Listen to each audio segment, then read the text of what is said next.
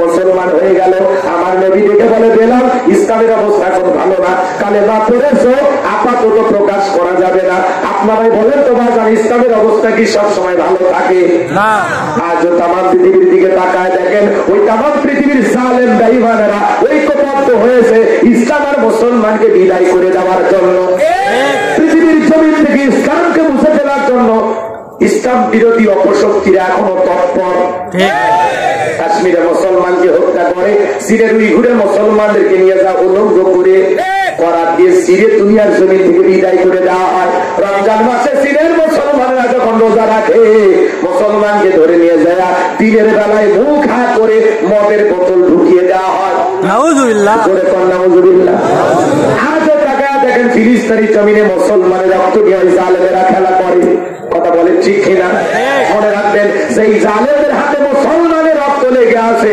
আজ হোক কাল হোক, ওই জালেমদের পরিণতি নমরুদ ফিরাউনের চাইতে ভয়ঙ্কর হবে। ওই নেতানিয়াহু একদিন পরাজিত হবে। কথা যারাই মুসলমানের রক্ত নিয়ে খেলা করতেছে, এদের জীবনের পরিণতি ভালো হবে না। কারণ মুসলমানের সাথে আছে কি? আল্লাহ। মুমিনের রক্ত কখনো বিতা যেতে পারে না। কথা বলেন ঠিক কিনা? আমাদের সেদিকে তাকায় দেখলেন না, যারা আলেমদের রক্ত নিয়ে খেলা করেছিল, মাদ্রাসার এতিম বাচ্চাদেরকে হত্যা করেছিল, এই দেশের সোনার মানুষদেরকে ফাঁসির দড়িতে ঝুলিয়েছিল, যারা এই দেশের নিরপরাধ মানুষদেরকে জেলখানায় বন্দী করেছিল, আলেমদেরকে জেলখানায় বন্দী করেছিল, আজকে তারা ক্ষমতা হারিয়ে পাগল হয়ে গেছে। কার ফয়সালা? আল্লাহ। রাগ করতেছেন আপনারা? এজন্য জুলুম করতে নাই। ক্ষমতা আল্লাহ দিয়া নিয়ামত, জনগণের দিয়ে আমানত। নিয়ামতকে শুকরিয়া আদায় করা লাগে, আর আমানতের দায়িত্ব সঠিকভাবে পালন করা। কথা বললে তো মন খারাপ করবেন, করবেন না? রাগ করবেন না? ঠিক আছে, সামনের দিকে যায়।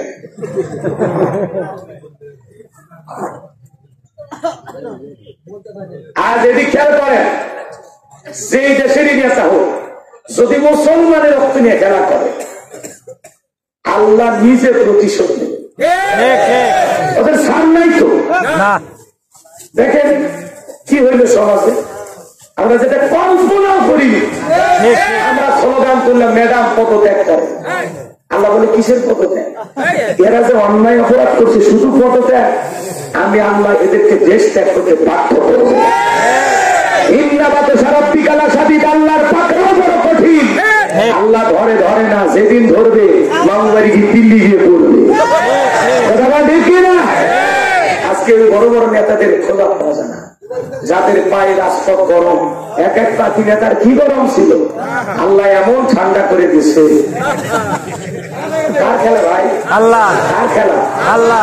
পারতে না, তারা জুলুম করেছিল, আমরা মাধ্যম ছিলাম, আল্লাহ বিজয় দিয়েছে।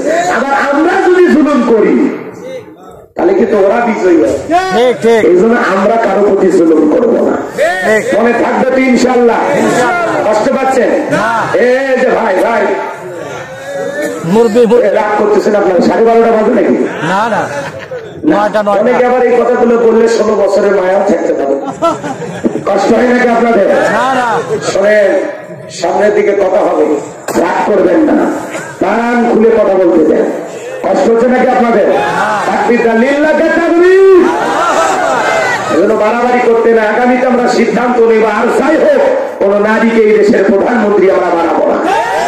আগামীতে বাংলাদেশের পুরুষ প্রধানমন্ত্রী কারা কারা, স্যার হাত তুলে দেখা। যেই দলেরই হোক পুরুষ প্রধানমন্ত্রী চাই।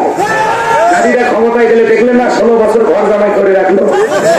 নারীদের রাগ বেশি, জেদ বেশি। মাঝে মাঝে শোনেন, মাঝে মাঝে স্বামীর সাথে ঝগড়া করে হাড়ি পাতি ভাইয়ে ফেলে দেয়। কথা কর, স্বামী তুলে আসার পারে। তাহলে ঘরে যদি এত অশান্তি করে, ওরা রাষ্ট্রীয় ক্ষমতা পেলে কি করবে? ও নিজের শান্তির জায়গা টিকে রাখার জন্য পুরো দেশে আগুন লাগায়। উনি ভারতে গেছে, আবার মাঝে মাঝে কল দিক হাসা। আমাদের স্যার থাকতে পারে না তো, মাঝে মাঝে কল দিক হাসা। তুমি আমাদের খোঁজ খবর নেই, কথা কয় না গো। আবার তো একটু ফাঁক খুঁজতেছি, ফাঁক পাইলে চট করে ঢুকতো। আপনি ঢুকবে নিতে বের হলেন কেন? আপনার কি দরকার ছিল? মমতাময়ী প্রধানমন্ত্রী ছিলেন, দেশের মানুষ কত ভালোবাসত, নিজের জীবনটা আগে দেখলেন। এই দেশের কোটি কোটি অনুসারী আপনার, এখনো আপনার জন্য কাঁদে, কাঁদে না? যে মা সন্তানকে ফেলাইয়া যায় সেই মায়ের জন্য কাঁদলে আপনি তো কি মা যদি সত্যি ভালোবাসত সন্তানকে বিপদে ফেলায় যেত না। কথা অবস্থা কান্নাকাটি বন্ধ, ভালো হয় না। হ্যাঁ রে ব্যাপার ঠান্ডা গালি দেব, কথা কোন ঠিক কিনা? উনি যা করেছেন আল্লাহ যেন তার প্রাপ্য বুঝিয়ে দেয়, কথা কোন ঠিক কিনা?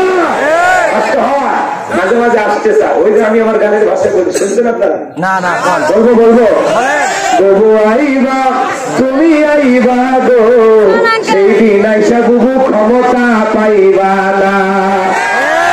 বুবু আইবা তুমি আইবা গো, সেই দিন আইসা বুবু ক্ষমতা পাইবা না। নাই বুবু কাদের কাকার অবস্থা খারাপ করবে যে বাবার, আও না কেলা কোনো সামনে আসে না।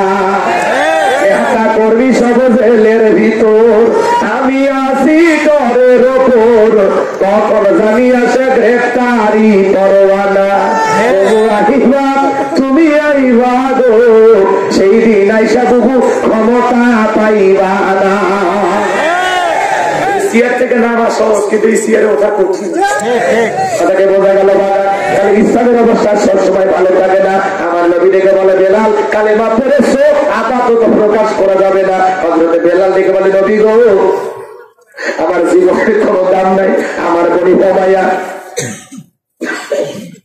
আমি একদিন বলেছিলাম উত্তম ছাগল পেশাব পায়খানা করে দেয়, এই ঘরে থাকতে আমার বড় কষ্ট হয়।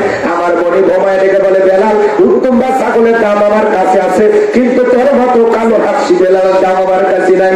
নবী গো, আপনি শুধু আমাকে দোয়া করে দেন, মৃত্যু পর্যন্ত যেন কালেমার পথে দিকে থাকতে পারি। এই কথা বলে হযরতে বেলাল চলে গেলেন। পরদিন সকালবেলা সূর্য উদয় হয়েছে, অনেকটা বেলা হয়ে গেছে। হযরতে বেলাল দরজা খোলে না, অন্য চাকর যারা আছে নালিশ নিয়ে চলে গেছে উমায়ের কাছে, যা বলে নেতা এখন পর্যন্ত বেলাল দরজা খোলে নাই, তাই নাকি? বলে হ্যাঁ ঠিক আছে চলে যাই। দরজায় ডাক দেয়, এ বেলাল দরজা খোল। হযরতে বেলাল দরজা খোলে না, জোরে করে ধাক্কা মারছে, দরজা খুলে গেছে। এইবার উমাইয়া তাকায় দেখে সেই রাত্রিতে হযরতে বেলাল কালেমা পড়ে মুসলমান হয়েছে, ওই রাত্রিতে একটা উট্টুম বা ছাগলের কাছে গেল, পেশাব পায়খানা নাই, জোরে পার মারহাবা। এইবার উমাইয়া দেখে বলে এ চাকরের দল, বেলালের বিরুদ্ধে মিথ্যা অভিযোগ দাও। তোমরা যখন ঘুমাচ্ছিলে বেলাল তখন ময়লা আবর্জনা পরিষ্কার করেছে, যাও নিজেদের কাজ করো। ওদেরকে তাড়িয়ে দেওয়ার পরে এক পা দুপা করে বেলালের কাছে চলে গেলেন। হযরতে বেলাল দেয়ালে পিঠটা লাগাইয়া জিহ্বা নাড়াইয়া জিকির করে কার? আল্লাহ। এবার হযরত বেলালের কাছে যায় হালকা করে ধাক্কা মারছে, যখন জবান দিয়ে কালেমার আওয়াজ বের হয়েছে, তখন কালেমা শোনার সঙ্গে সঙ্গে উমাইয়া দেখে বলে বেলাল তোর জবান দিয়ে কি শুনলাম, তুমি কি মুসলমান হয়েছো? হযরতে বেলাল দেখে বলে মুসলমান হয় যারা মিথ্যা কথা বলতে পারে না তারা ইয়াকুলু কওলান সাদীদা। সূরা আহজাবে আল্লাহ তাআলা বলেছেন মুসলমান হবে যারা সত্যবাদী হবে তারা। আর আমাদের সমাজে দেখেন না মিথ্যাবাদী, মিথ্যা বলতে বলতে চেহারাটা বেকা হয়ে গেছে, ইয়াপ্পা কবরে ঢুকে গেছে, পড়া পেতেও মিথ্যা, খালি পেতেও মিথ্যা। মিথ্যা না বলে নাকি পেটের ভাত হজম হয় না, এত মিথ্যা কথা বলে শয়তান পর্যন্ত বলে আমি এত খারাপ না। এরকম মিথ্যাবাদী সমাজে আছে না নাই? মুসলমান মিথ্যাবাদী হবে না, মুসলমান হবে সত্যবাদী। হযরত বেলাল দেখে বলে গতকাল রাত্রিতে নবীজির হাতে হাত রেখে আমি কালেমা পড়ে মুসলমান হয়েছি। এই কথা শোনার পরে উমাইয়া দেখে বলে বেলাল উত্তম বা ছাগলের মালিকদার বানায় দিব, থাকার জন্য ভালো ঘরের ব্যবস্থা করে দিব।